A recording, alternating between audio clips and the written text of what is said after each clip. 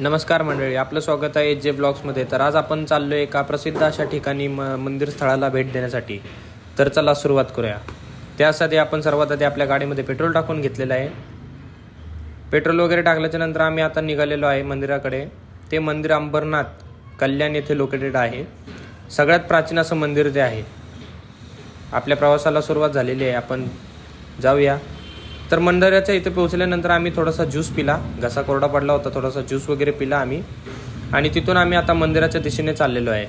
जसंही मंदिरात एंटर केलं तर आम्हाला तिथे एक पूल भेटली, छोटीशी नदी. नंतर पुढे आलो आम्ही, दुकान वगैरे पाहिले, तिथले पूजा भांडारा वगैरे होता.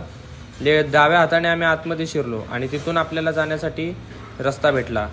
तर इथं उजव्या हाताला आम्ही चपला वगैरे काढून ठेवू. नमस्कार, आज आपण आलेलो आहे अंबरनाथ येथील एकदम जुनं असं शिव मंदिर, एकदम प्राचीन इतिहासातलं मंदिर आहे. तुम्ही पाहू शकता मंदिराचं बांधकाम हे पांडवांच्या काळी झालेलं आहे. म्हणजे पांडवांना जे काही चालतं तेव्हा, तर त्यांनी त्या काळात हे मंदिर बांधलेलं आहे. तुम्ही पाहू शकता.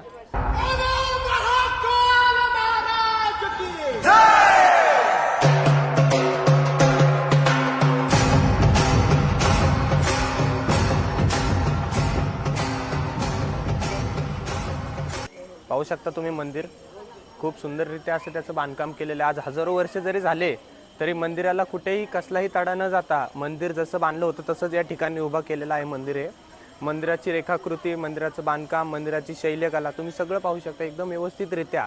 आणि मंदिरावर प्रत्येक ठिकाणी प्रत्येक देवाचं त्यांनी ना रेखाकाम केलेलं आहे. तुम्ही एकदम पाहू शकता. नंतर आम्ही मंदिर परिसर फिरण्यास सुरुवात केली. तिथे असंख्य अशी शांतता होती. मंदिर परिसरामध्ये आम्ही ऑफ डे दिवशी गेलतो, त्यामुळे गर्दी आम्हाला कमी दिसली. आणि सर्व भाविक भक्त त्यांचे मनसोक्त फोटो काढण्यामध्ये व्यस्त होते. मंदिर बाजूने पाहायला गेले तर भव्य असे सुंदर मंदिर दिसत होते. असंख्य शांतता तिथे होती. आणि नंतर आम्ही मग मंदिराकडे जाण्यास सुरुवात केली. जसे आम्ही मुख्यद्वाराच्याकडे आलो, मुख्यद्वाराला उभा राहून तिथे आम्ही त्याचा बाहेरून व्ह्यू पाहिला. नंतर आम्ही आतमध्ये जाण्यास सुरुवात केली. 2-3 शिड्या वगैरे चढून आम्ही आतमध्ये गेलो. त्यानंतर आम्हाला नंदी महाराज भेटले. आम्ही नंदी महाराजांचा आशीर्वाद घेऊन पुढे गेलो. खाली पायऱ्या उतरून पुढे जायचे होते. पायऱ्या वगैरे उतरून आम्ही आतमध्ये आलो. तर आतमध्ये सुद्धा असंख्य अशी शांतता आतमध्ये, कारण दगडाचे बांधकाम असल्यामुळे इथे आवाज देखील गुंगत होता. त्यानंतर आम्ही मंदिराचा सगळा इनर साईडचा आउटलेट पाहिला.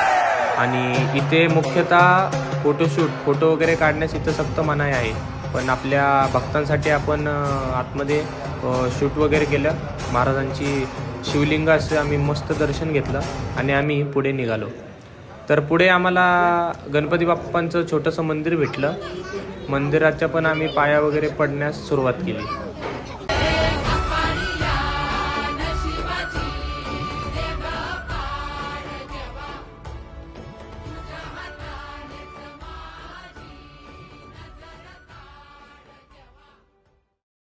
मंदिराच्या दुसऱ्या बाजूला तुम्ही जर आले तर आपल्याला एक सुंदर असं गणपती बाप्पाचं मंदिर सुद्धा इथे बघायला भेटणार आहे. चला आपण दर्शन करून घेऊया. त्याच्याच बाजूला तुम्ही पाहू शकता अनेक शिवलिंग. त्यानंतर इथं बाजूला एक छोटीशी नदी आहे, त्याला कासव नदी असं संबोधलं जातं. त्याच्यामध्ये भरपूर कासव वगैरे आहेत आणि इथं शिवलिंग पण आहेत भरपूर, पाहू शकता. गणपती बाप्पाचं दर्शन घेऊन आपण पुढे आलेलो आहे. इथं तुम्ही पाहू शकता, इथं लोकांना दर्शन झाल्यानंतर बसण्यासाठी जागा आहे. पण इथे ना सोमवार, शुक्रवार, शनिवार, सोमवार इथं ना भरपूर या डेजमध्ये भरपूर गर्दी वगैरे असते. तर तुम्ही ना हे दिवस सोडता, जर नंतर आले तर तुमच्यासाठी म्हणजे चांगलं राहील, किंवा महादेवाचं दर्शन तुम्हाला चांगल्यारीत्या असं भेटेल. नाही तर इथे गर्दी भरपूर असल्यामुळे तुम्हाला दर्शन लवकर भेटणार नाही. आणि आज ऑफ डे असल्यामुळे त्यामुळे दर्शन इथे पटपट वगैरे होते.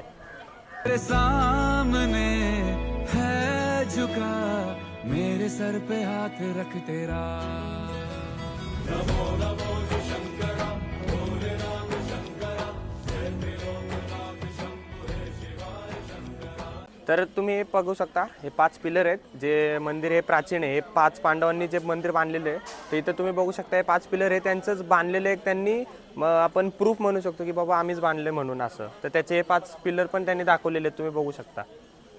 ओके. तर आम्ही पण फर्स्ट टाइम आलो इथे पण, आणि आम्हाला या मंदिराबद्दल फारशी माहिती नव्हती. तर आम्हाला बाहेर हा मुलगा भेटला छोटासा, हा फक्त 9वी मध्ये आहे. तर याने आम्हाला भरपूर माहिती वगैरे दिली मंदिराची. आणि तो इथे प्रामुख्याने माणसांना जे आपले भाविक भक्त येतात त्यांना तो गंध किंवा टिळा लावण्याचं काम तो करतो. आणि तो 9वी कक्षेमध्ये आहे आणि तो शिक्षणसोबतच त्याची जी आवड तुम्ही बघू शकता, कामाची आवड आहे, तो हा जोपासत आहे. तर प्रामुख्याने ना या मंदिराला प्रवेश करण्यासाठी 3 द्वार दिलेले आहेत त्यांनी.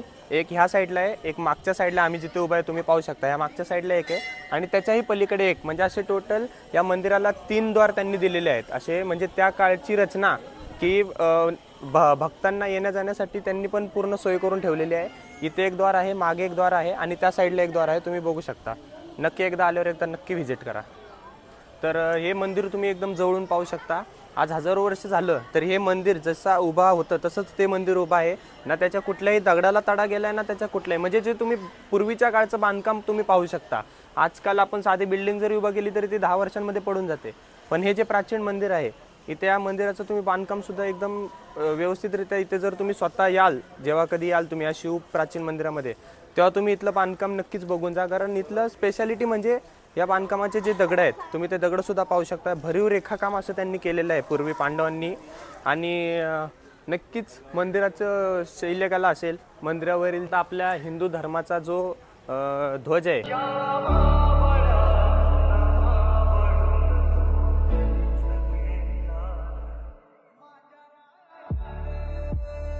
आपला हिंदू धर्म आणि आपला हिंदू ध्वज त्यांना सांभाळून ठेवण्याचं काम केलं.